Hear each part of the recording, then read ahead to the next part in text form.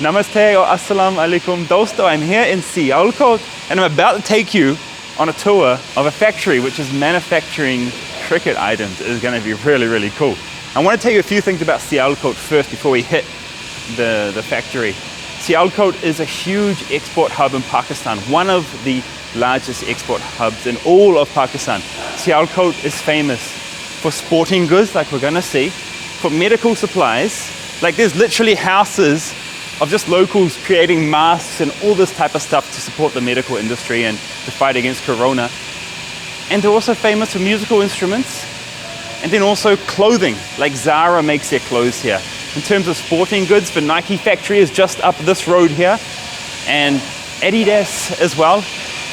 And also, the other thing, if you love soccer, the official FIFA balls are made here. Like something like 70% of the world's soccer balls are made here along this road here in Sialkot. So this is Sialkot, a very, very, very important place here in Pakistan. And I'm at a friend's cricket bat factory, and oh my God, let's just start a tour here. The wood's there, the bat manufacturing is here, and yeah, let me show you around, okay? So Mohammed, what are you manufacturing here at your factory? Cricket bats, field hockey sticks and paddle rackets. And cricket ball and all accessories of that. Wow, anything to do with cricket and hockey? Yeah, it's all accessories regarding bat and hockey. And what is the brand of bat that you're making? We have been making our own brand from last 70 years with the name of MB Malik. Awesome. You know, your last name is the same as my wife's. That's really good to know. Except she's a Malik from Haryana. That's good. Over in India. Really good to know. Chalo, let's go and see your factory and just take us through making a cricket bat. I think would be cool. First things first, we need some wood.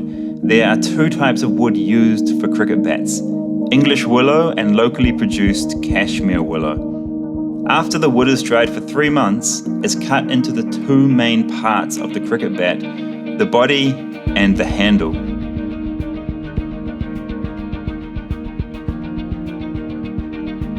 You can see the entire process is done by hand and by experienced craftsmen, and it's such a pleasure to watch these guys work and turn a log into a sixer. It's a beautiful thing.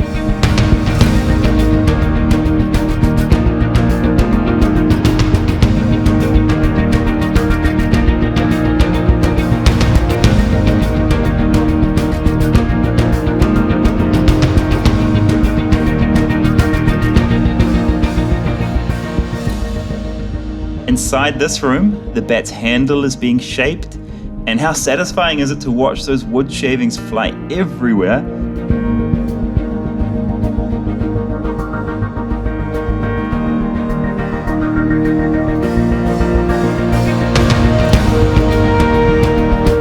Now that both parts of the bat are ready, this craftsman is fixing the handle to the body with glue, then it's left to dry for 24 hours.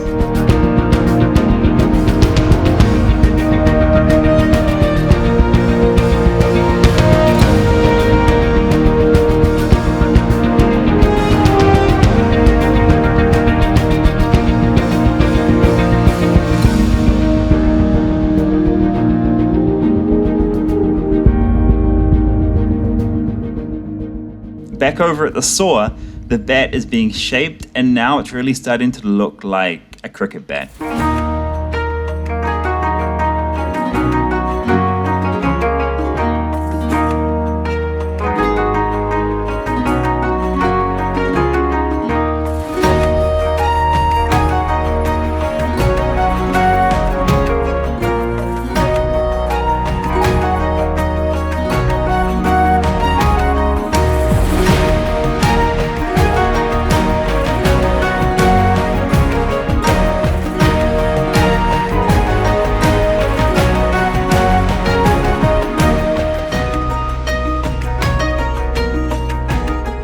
The bats then get some fine tuning and they're sanded to become smooth.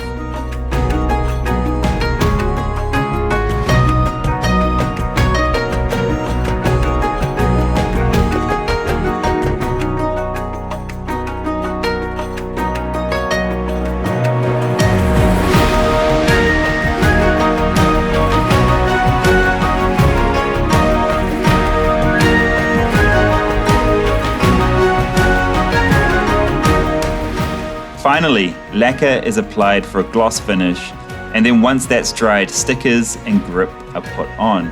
The material for the grip actually used to come from India, but tensions between the two countries has disrupted trade.